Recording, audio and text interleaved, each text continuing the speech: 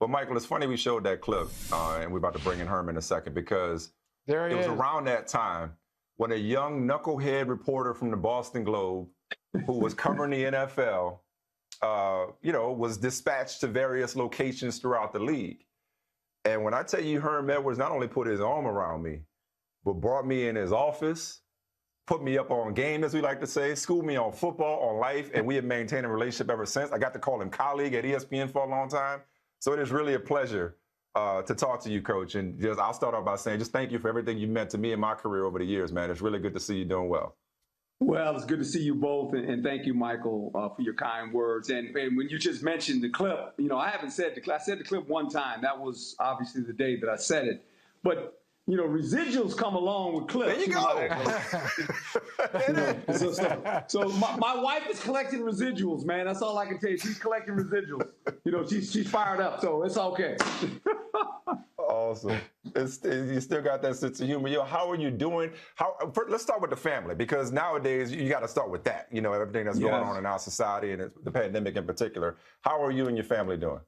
Well, the family's they're down here with me. The girls now, Michael, are actually 14 and 15. So they're growing up. One's in high school and one's about to go to high school next year. And they've adjusted. Obviously, we still have our place in California, but we're here as residents now. And it's been a lot of fun to watch them grow up around a football team. All of a sudden, they've inherited 110 big brothers, right? So that's a good thing. They go to all the games and all that stuff. Now, I don't know about this year, obviously, with what's going on, but it's been fun to watch them grow up around the football team, especially. You know what, Coach? Michael said you guys are colleagues at ESPN, and I just got so used to you doing your thing at ESPN. I said, no. He has coached. He's coached in the NFL. He's not going back to coaching. He's not going back to college football. What did it? What got you back there at Arizona State? Well, the relationship, obviously, with Ray Anderson, our AD, and our president, Dr. Crow. And, sitting at ESPN, I tell you, it was a marvelous platform for me. And I can't say enough about how they treated me there. But I got to itch a little bit coaching the Under Armour All-American game for all those years. And then this opportunity came about, and it was an opportunity not only to be the football coach, but really to complete young men, to grow young men up. And I missed it. I missed the camaraderie of the coaches, of the players, of getting in the huddle and competing. And it was just the right place. If not for here, I'd probably still be working on a worldwide leader. But it's worked out pretty well thus far. We're trying to build a program. A lot of work involved in it. We've got a great coaching staff. And we're starting to get some talented players. And, you're only as good as your players. And the one thing I figured out in the NFL, when you have a quarterback, you're a pretty good coach. So we have a quarterback, so I got a chance. You took the words right out of my mouth on two fronts, starting with the staff that you've assembled. You got Antonio Pierce, Marvin Lewis, Kevin Mawai, Derek Hagan. You got an all-star coaching staff. But I want to go back to completing and growing young men. Because, Coach, even before you were coming on today, I've been having conversations with people close to you in your program. Dr. Herb Martin I talked to, as well as your deputy athletic director, Gene Boyd, just about what you guys are doing off the field within this program. Is it Scholar Ballers? Did I get that right? Yeah, Scholar Ballers. Yeah, we have all that. Yeah. Tell people about what you guys are doing in this unique set of circumstances with the staff you have, but the support system you have in place when it comes to setting these young men up, not just for the next level of football, but the next level of life. Well, it really is. It is life. The life skills you teach through football is really resonating here when you think about the guys that come here. They're going to graduate. We're going to make sure they do that. But I think all the things that happen in life when you're a college athlete, you have a forum and you have a platform to speak on it. When we talked about the protest, first thing we did is we called our players in and I mentioned to them, I said, you have a voice in this. I said, because you have a platform, but you have to be the voice of reason and you have to have solutions when you speak, right? We have registered all our players to vote. That was important to us. The Pac-12 has done a nice job of really carving out a day in November where we're not even going to practice. We're going to go vote. We had our players register to vote. I think that was important. You know, all these things that you have to understand as a young man growing up, they're part of the program. And I think when we can ingrain this in these young men, because we feel this way, they leave here and someone will have enough talent to go to pro football. But most of them will go on with their life's work, whatever they may be. But they leave here hopefully better men for it. And we've raised them up not only as football players, but soon to be fathers, husbands, right? Whatever they do in the working world, I mean, we're going to try to grow them up right here in this program so we allow them to have some success when they leave. I love that, Coach. I love that mentality, and I love that whole perspective. You know, two of those guys who are in the pros, you've coached two wide receivers, first rounders the last couple of years. They're going to be meeting on Sunday. 49ers and Patriots, Brandon Ayuk and N'Keal Harry. Now, I know Brandon had a touchdown last night. N'Keal Harry went without a reception, and he's getting a little criticism in New England. People are wondering, hey, is this guy really, is he a bust? Is he not a good player?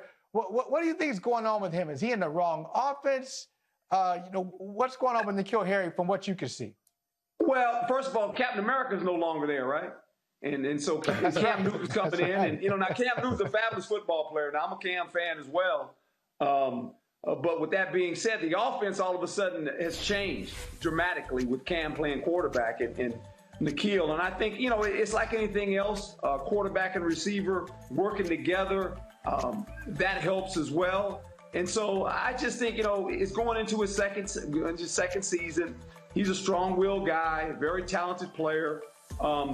You know, sometimes, you know, you got to grow up, and it's hard. And it's not, every year's not going to be a great season. And not saying he can't have a great season this year, but he's still young. And I think it takes time, especially in that offense. You know, there's a lot to do in that offense. And I just think as he continues to play this season, you're going to hear from him. He's a good football player now. And not just that offense, but this all season, or even really just this last week or so. I mean, Belichick talked yesterday about they can't practice.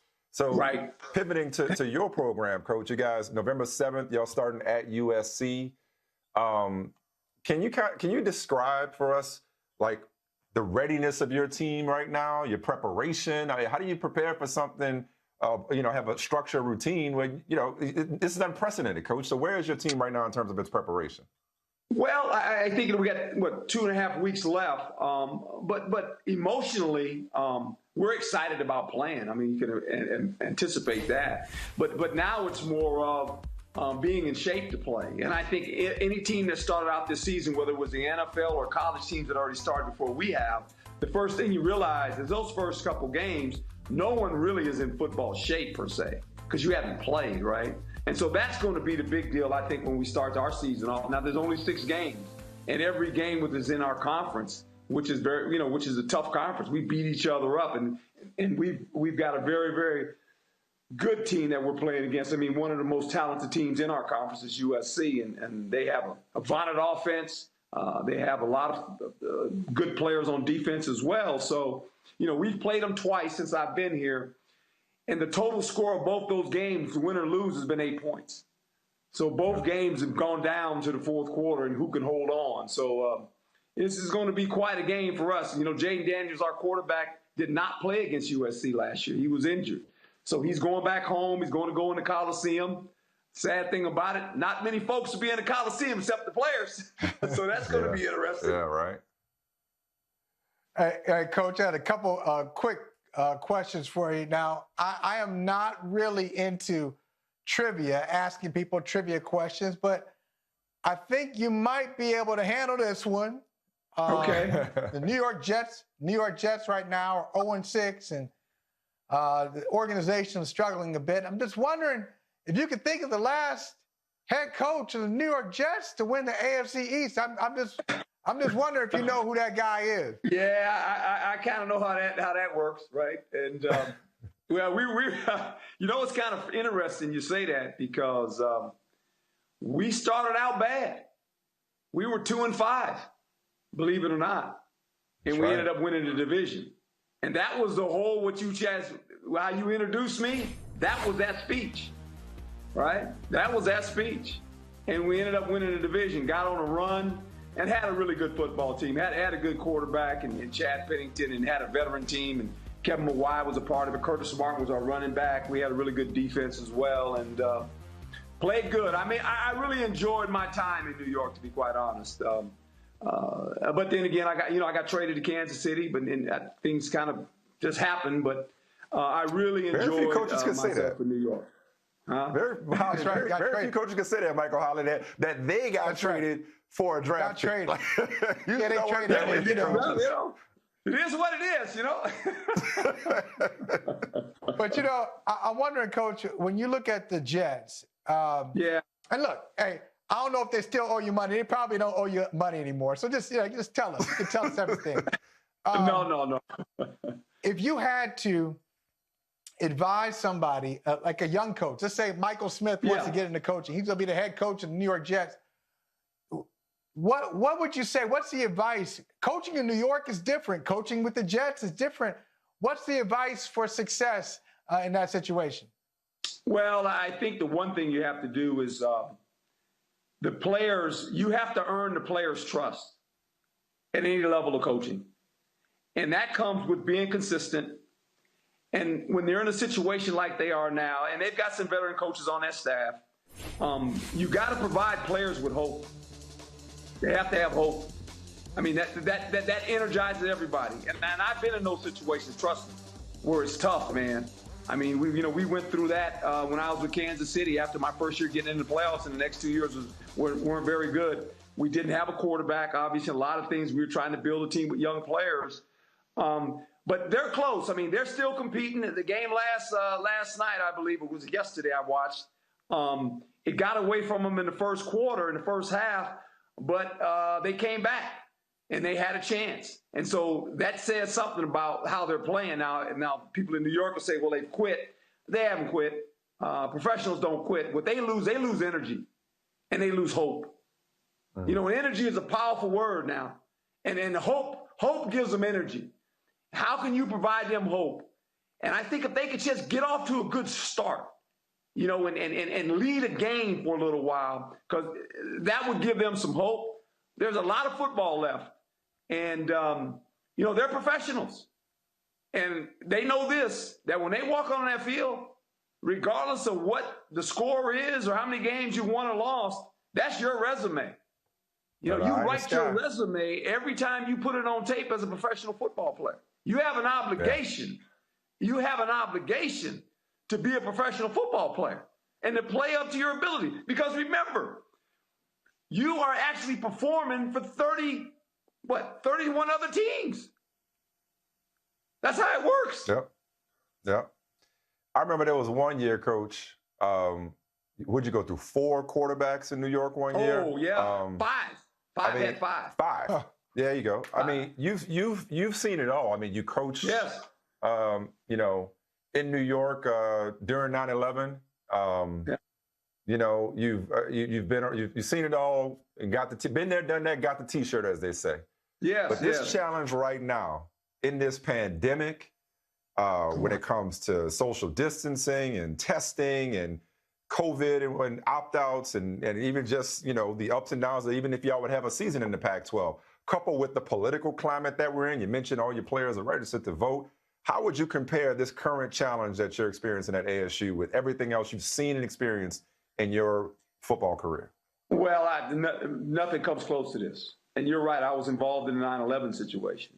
And that was catastrophic. There's no doubt about that. But this situation is entirely different, you guys. It's every day, that you go to practice, I always tell players this, look, we're fighting 2 things. Every day we go to work. We're fighting to stay healthy in practice, and we're fighting the virus that we can't see. And then once the season starts, you actually compete against the competition, and you have 2 people you're trying to defeat, right? The opponent you play on the field and the opponent you play off the field that you can't see. Yeah, Coach, you mentioned some of the opponents. I'm just thinking about this as a college football coach. And you tell me, This is going to change. We know, like, some of our norms are not coming back. Some of them aren't. I mean, I'm not trying to say it's going to be awful. It's just going to be a different way of doing business. And for a college football coach, how does one recruit during a pandemic? and how does that change? Are you strictly Zoom? Are you Zooming with these guys now? Like Zoom is our way, right? It's a way like that we make our living right now. It's unbelievable. It really is. And it says a lot about our coaching staff and the ability to do, and Michael knows, I didn't own a cell phone until I went to ESPN. I didn't electronics. I didn't want to deal with this stuff. Right? And so it's just one of those deals you have to adjust. But I think, this is America. And we will find our way through this, and the world will find its way through this as well, And when you think about what we're in right now, you cannot thank the first responders enough for their sacrifices and what they have done for what is it now, going on almost 9 months?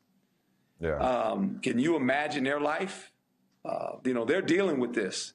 They're dealing with up close and personal. And to put their lives in harm's way every day they go to work, knowing that they're serving their communities and trying to help people that obviously catch the virus, says a lot about them and who they are. And they can't be thanked enough. I mean, they cannot be thanked enough. And I pray for them every night before I lay down, because this is something, guys, that we haven't, hopefully we'll never see this again. But this has been tough. And I think when it started, no one anticipated November, guys, and we're still in this. It's November. Yeah. This started out in March, man. Well, with no end in sight. With no end in sight. We may be going through it for a while. So with that, I wonder, Coach, typically, you focus on your own house and your own team and what you can control and this, that, and the other. But watching what other conferences are dealing with, specifically the SEC. I mean, you got coaches testing positive, cancellations, postponements. Any takeaways or anything you can learn from watching other conferences go before the Pac-12, or it's just every day is its own thing and you take it as it comes? Every conference is trying to protect all those involved, coaches and players. You have to do that, and I think that is what we talk about all the time. And there's, like I say, the opponent is invisible. Yeah. And as much protocol as you take, all it takes is one person being in the wrong place at the right time. It could affect your football team. It could affect your organization. We've seen it in every sport. And I think that was understood going in, that this thing could get to you. And when it does, the procedures you're going to have to take to make sure you alleviate it as fast as you can. But I take my hat off to all the coaches and the players for all the sports that have contacted the virus and what they have done to try to eliminate it. And it's very difficult, guys. It just is. It's no one's fault. People think sometimes it's your fault. Well, I don't know if it's anyone's fault. It's just we live in a world that socially we like to socialize. Yeah. And I think the first 2 months of this, we were all aware, hey, we're going to go inside and all that. But then we got tired. We got tired. And we thought it went away. It's still here, guys. It's not going away. Hey, Coach, we can't thank you enough for your time. Before I let you go, please give my regards to your whole staff, but Ray, Antonio, and Marvin in particular. Just real quick, last thing. What are y'all meetings like? What is it meeting with you and Marvin Lewis and Antonio Pierce? I mean, I just want to be a fly on the wall for y'all staff meetings. Please. You got to come. Hey, when this thing's over, you got to come out and visit. Both you guys come out and visit us. Do the show out here, man, and come visit us. Absolutely. And you can sit in the meetings and you can see. I tell you what, a lot of fun now, a lot of knowledge, a lot of knowledge walking around in the building. Oh, I imagine it's a privilege to play for y'all. Hey, Coach, always a privilege to talk to you. Thank you so much. God bless you and your family and the program. And all the best this season. Both of y'all, man. You guys are doing great, man. Appreciate what you do. Thank you, Coach.